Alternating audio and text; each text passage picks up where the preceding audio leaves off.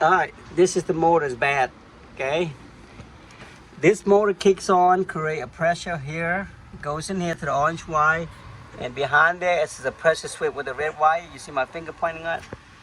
That is the pressure sensor. So when this motor is not kicking on, this does not create any pressure, so it doesn't kick on. And this motor is very hot when I touch it.